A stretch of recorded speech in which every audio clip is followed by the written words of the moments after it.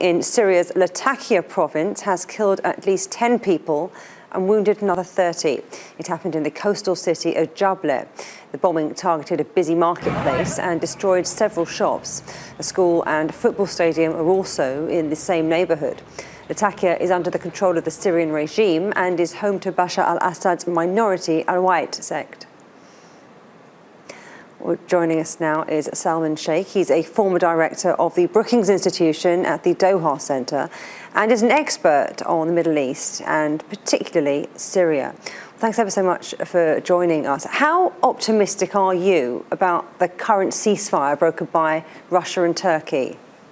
I'm not overly optimistic. It seems to be holding more or less in the north, but the real problem is around Damascus. And you know, we've gone through rounds of ceasefires, and they really do rest on trust and confidence. And if you speak to the armed factions on the opposition side, that trust and confidence is being severely tested right now. So there's a lot of work to do.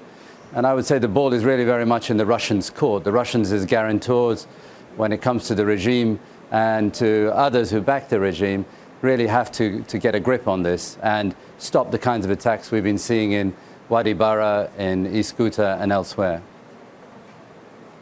It's almost as if everyone has a different definition or understanding of what a ceasefire is. I mean, can you honestly see a long-term solution without all parties agreeing? No, though I think the Russian-Turkish agreement is the first serious effort that we've seen for a very long time. It can be built upon. The West is absent, and I would say the West has to be part of this, and particularly a new Trump administration. But if the Russians are really in a game which is about trying to get some elements of the opposition, the regime is trying to forge a new opposition which is more pliable, and we're trying to change the framework from the Geneva sort of framework, which does talk about a political transition, and Bashar al-Assad and those immediately around him leaving the scene.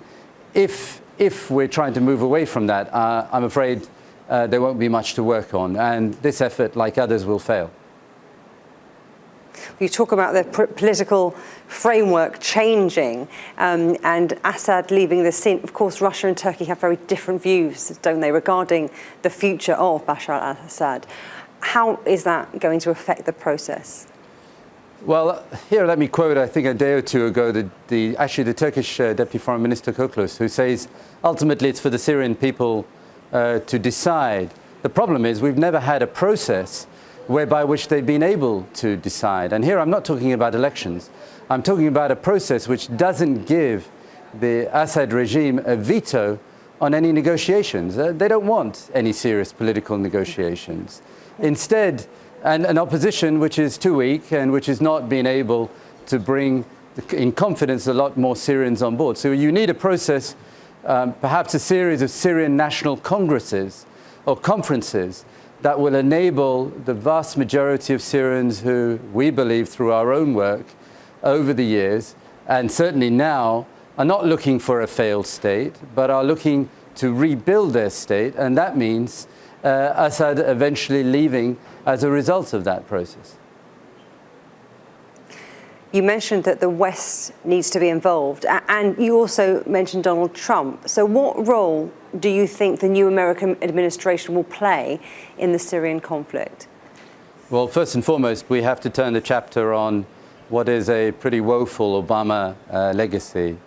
I was very much a supporter of President Obama. When he first came, I thought he was going to be a transformational president. But Syria was a riddle and a dilemma which he couldn't overcome beyond the narrow parameters that he set himself for American foreign policy. Now, we hope with the Trump administration, we will have a much more forward-looking administration.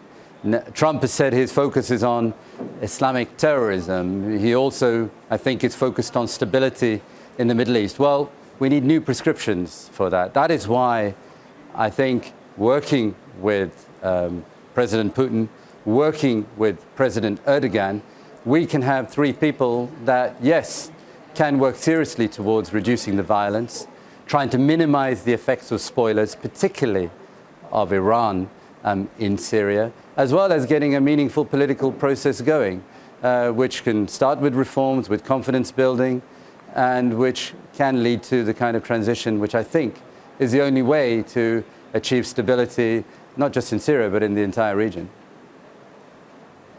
So for stability in the region, a new prescription is needed for the Middle East.